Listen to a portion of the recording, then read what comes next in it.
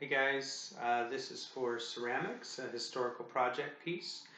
I'm going to be doing two side by side in tandem. One will be a Jomon water vessel, and the other from Japanese culture, and the other will be the terracotta soldier, a sculptural piece from Han Dynasty China.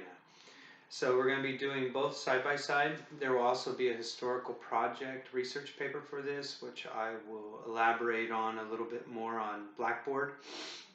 So with no further ado, we're going to move forward.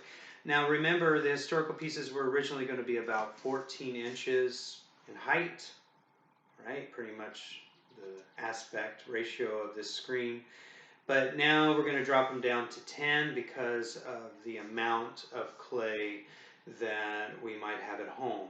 If it proves to show with your reserve of clay that it's getting low and it's dwindling, then we'll drop it down to 8. But let's keep it at about 10 right now. Okay, moving forward. So I'm going to have a 10 inch tall terracotta Han Dynasty from China sculpture, and I'm going to have a 10-inch Jomon watering vessel from the Jomon Dynasty in Japan. Okay, so to start, what you'll need is scoring tools. I'm going to use wood scoring tools, one to score, one to scoop the slip out to attach for the base slab for both pieces. Also, your ribs, okay, your slip container that we distributed, thank you Kyle, and also your clay, okay. So the first thing I'm going to, I'm sorry, no, I'm not completely done, and the wear board, okay, and then also a piece of plastic, right, courtesy of a department store that is still essential and open right now, Target. So as we're working on these, just make sure that you keep the projects wrapped very tightly in plastic where it hugs the clay, not to the point where it's going to be waterlogged too much and it could possibly fall over. Right, I'll show you that when I get to the end of the video. So I'm going to pan this down. You don't need to see my face anymore.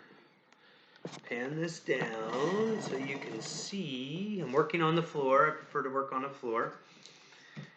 And what I did is I took a plastic bin to create this table right off the floor, but I filled it with bubble wrap and other things so that it has a less give to it, but it still has an airy quality to it. So I can create pressure, but the pressure isn't too dramatic. And I'm also not getting the clay directly on the wood floor. Right, so I'm just opening my bag of clay. It's a fresh bag of clay. A good way to get started with the base of these pieces is to go on and start on the underside of the bag. You can see here. Alright, fresh bag of clay. Start on the underside, the underbelly of the clay.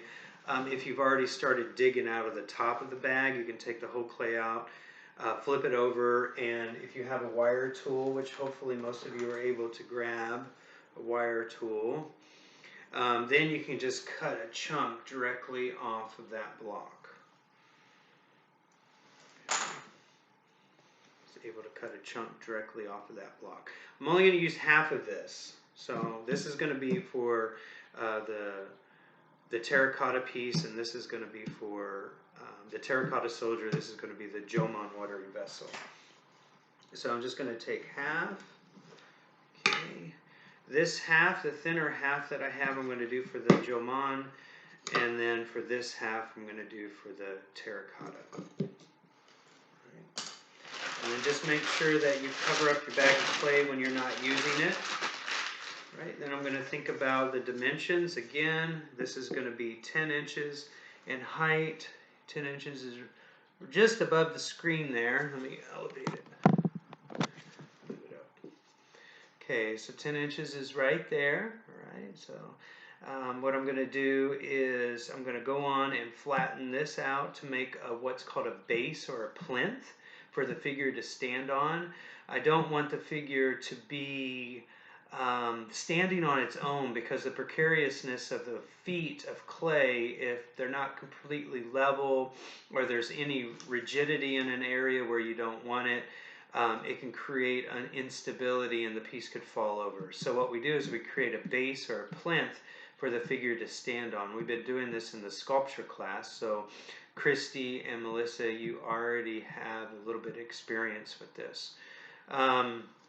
And then of course we're going to be working with the Jomon vessel being 10 inches as well, and making this more of an oval like shape base, and then this one being more rectilinear, or even maybe a square like base, most likely rectilinear. I'm going to leave the plinth a little bit thicker for the terracotta Han Dynasty piece, and then I'm going to make the base of the Jomon watering vessel a little bit thinner, okay, because it's going to be starting directly from the base of the piece. The Jomon watering vessel, it's utilitarian in nature. It doesn't need a base to sit on, but the standing terracotta figure does.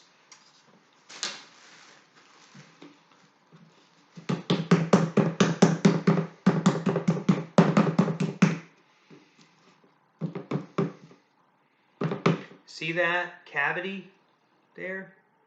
That's got to be filled in. So I take a little bit of clay from my bag. Because it's wet, I don't have to slip and score. I just push it into the cavity. Smooth it out with your thumb. We're going to end up hollowing this out anyway.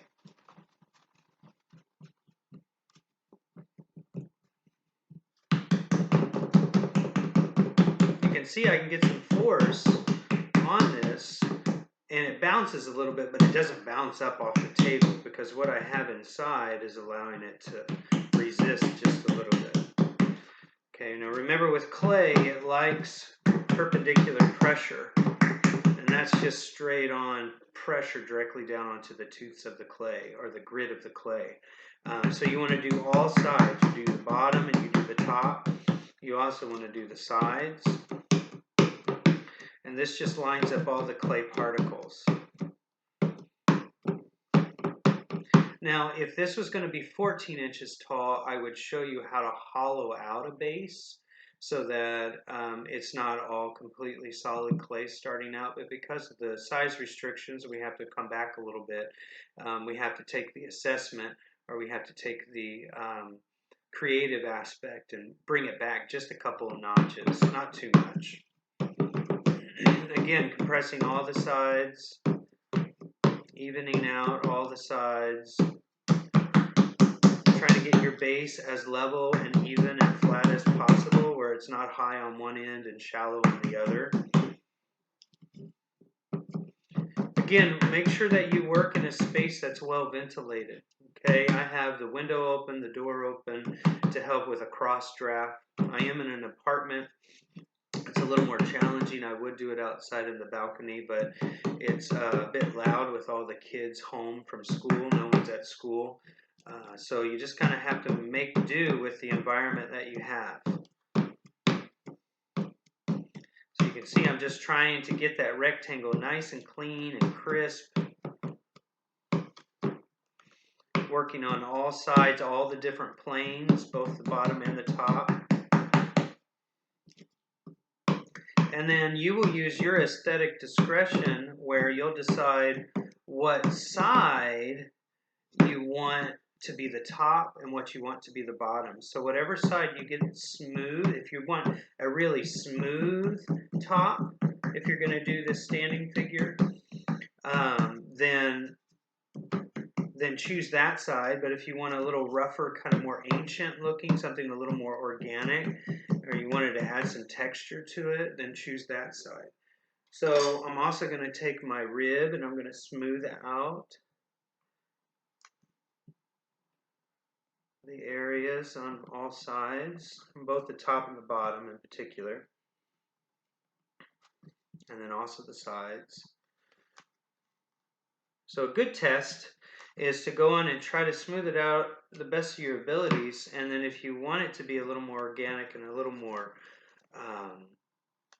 rough or have a little more texture to it, then you can rough it up later. So the first test is to try to get it as even as you can to begin with. Remember, whatever you do on one side, you should go in and try and attempt on the other side just to even it out. I'm going to try to make sure I don't keep this video too long. So again, this will be in stages. It's not just going to be from the beginning to the end. We're going to do it in intervals, because downloading my videos in my apartment right now seems to be a little difficult. I think everybody's home and accessing the internet a lot. All the kids are doing online schooling, so everything's running very, very slow. Okay, I'm just going to leave that the way it is. Nice rectilinear block. By cutting it off of the block, it's already on its way to being a block, so you just kind of have to move it and shift it a little bit first. We'll be able to get really sharp angles whenever it dries, whenever it gets leather hard, and we'll use a rasp tool or other kinds of carving tools that you might have available at home to help shave it down. All right, so that's the base starting now with the terracotta Han Dynasty piece.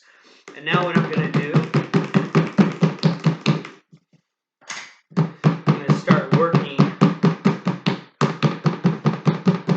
on the bottom of the Jomon piece. Again, working one side, doing the other side. Now I asked you to get a rolling pin or get an access to a rolling pin.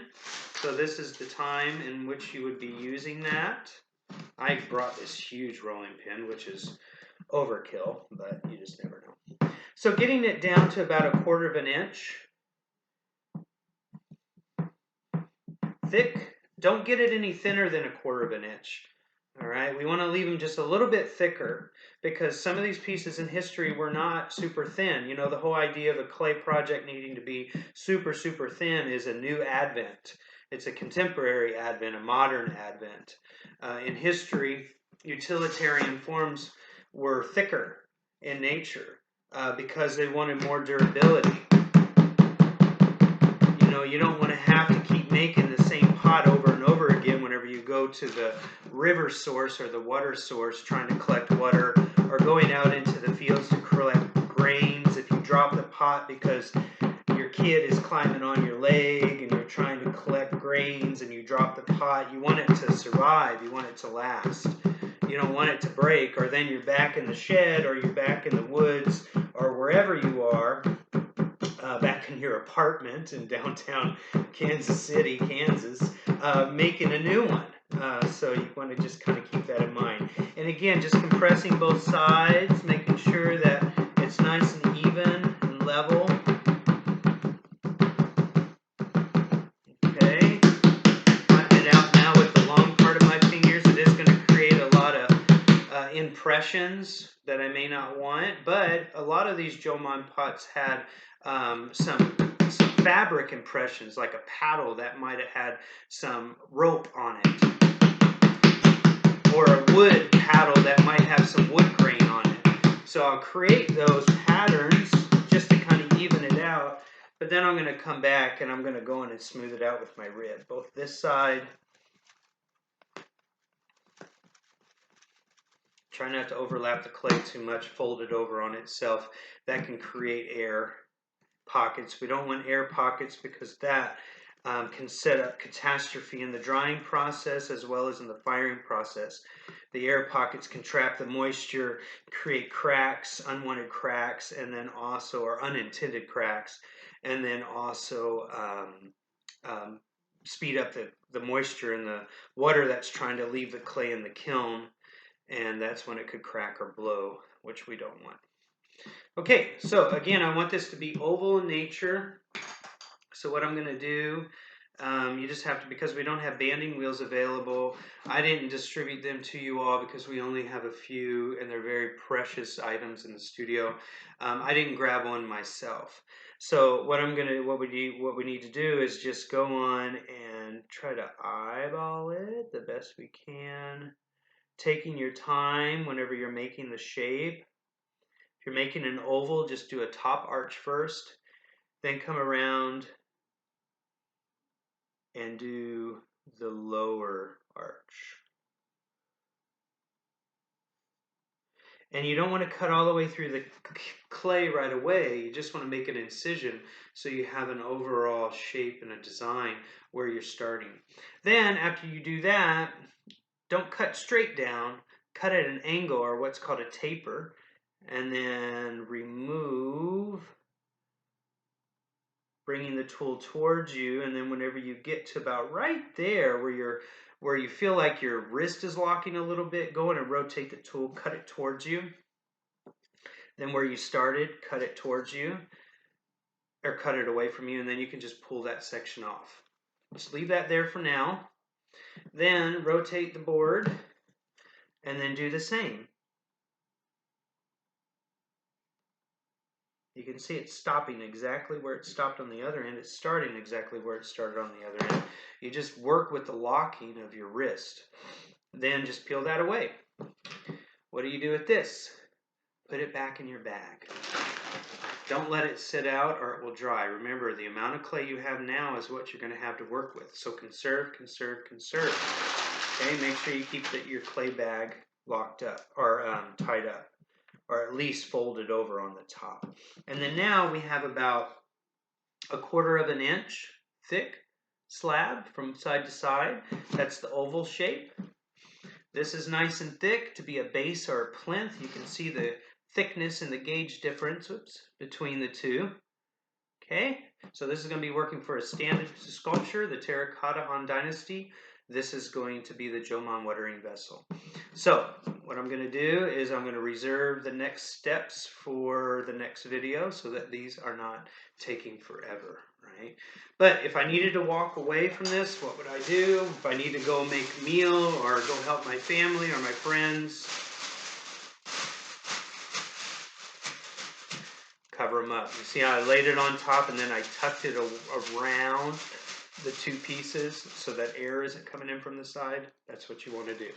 Okay, we'll keep this one at 17 minutes. Talk to you soon.